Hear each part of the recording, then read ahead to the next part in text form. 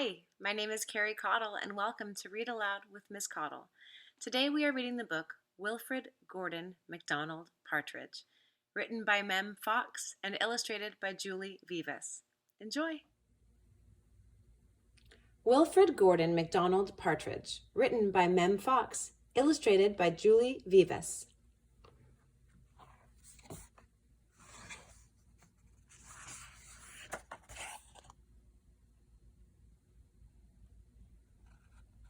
Published by Puffin Books.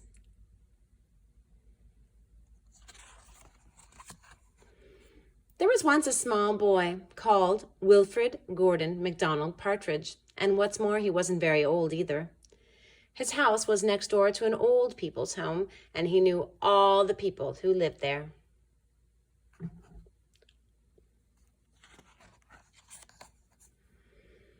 But his favorite person of all was Miss Nancy Allison Delacourt Cooper, because she had 4 names just as he did.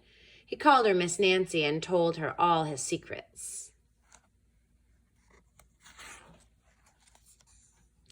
One day, Wilfrid Gordon heard his mother and father talking about Miss Nancy.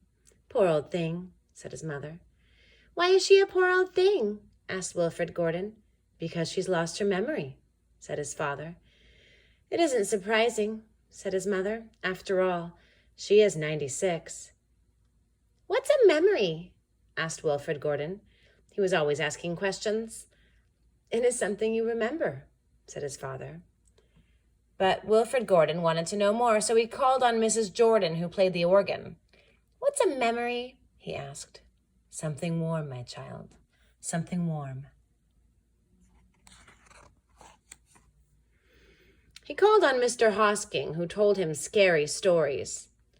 "What's a memory?" he asked. "Something from long ago, me lad, something from long ago."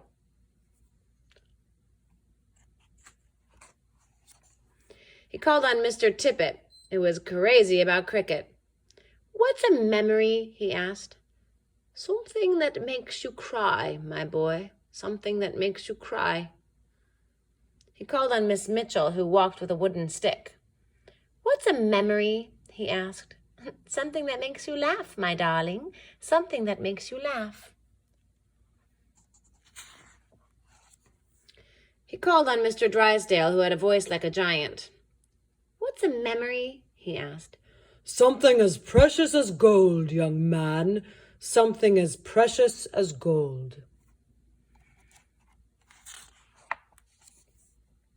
So Wilfrid Gordon went home again to look for memories for Miss Nancy, because she had lost her own.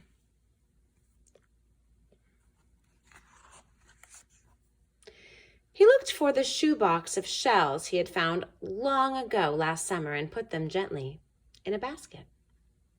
He found the puppet on strings, which always made everyone laugh, and put that in the basket too. He remembered with sadness the medal which his grandfather had given him, and he placed it gently next to the shells.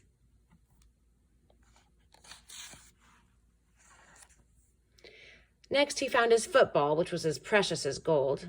And last of all, on his way to Miss Nancy's, he went into the hen house and took a fresh, warm egg from under a hen.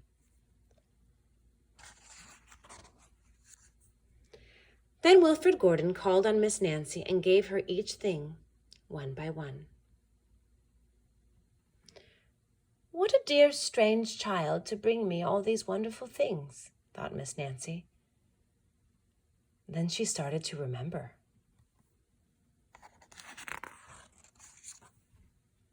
She held the warm egg and told Wilfrid Gordon about the tiny speckled blue eggs she had once found in a bird's nest in her aunt's garden. She put a shell to her ear and remembered going to the beach by tram long ago and how she had felt in her button-up boots.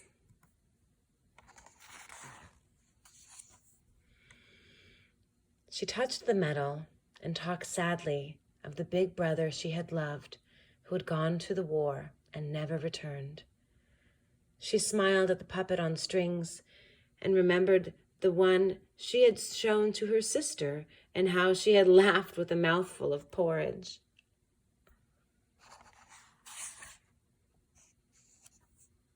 She bounced the football to Wilfrid Gordon and remembered the day she had met him and all the secrets they had told. And the two of them smiled and smiled because Miss Nancy's memory had been found again by a small boy who wasn't very old either.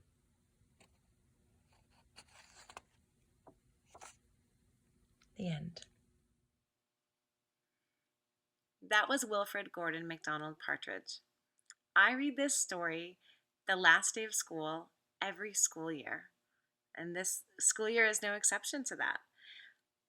I love this book because it is not only about the intergenerational connections between a very old woman and a very young boy, but it's also about our memories.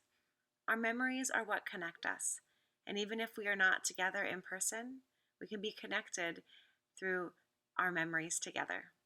Take care.